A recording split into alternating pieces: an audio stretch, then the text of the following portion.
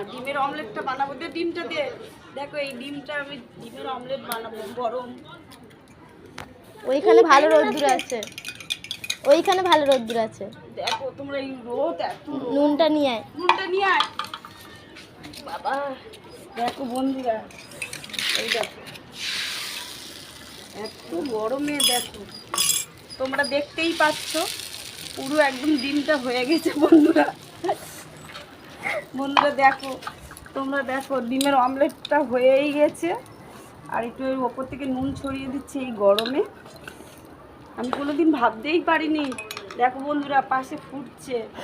Hello বন্ধুরা, কেমন আছো? আশা করি তোমরা সব ভালো আছো। আর আমার ডিমের অমলেট প্রায় হয়ে গেছে। দেখো একদম ডিমটা দিয়েছি কিভাবে হয়ে গেছে, আর এত রোদে। এবার আস্তে আস্তে করে এটাকে তুলবো।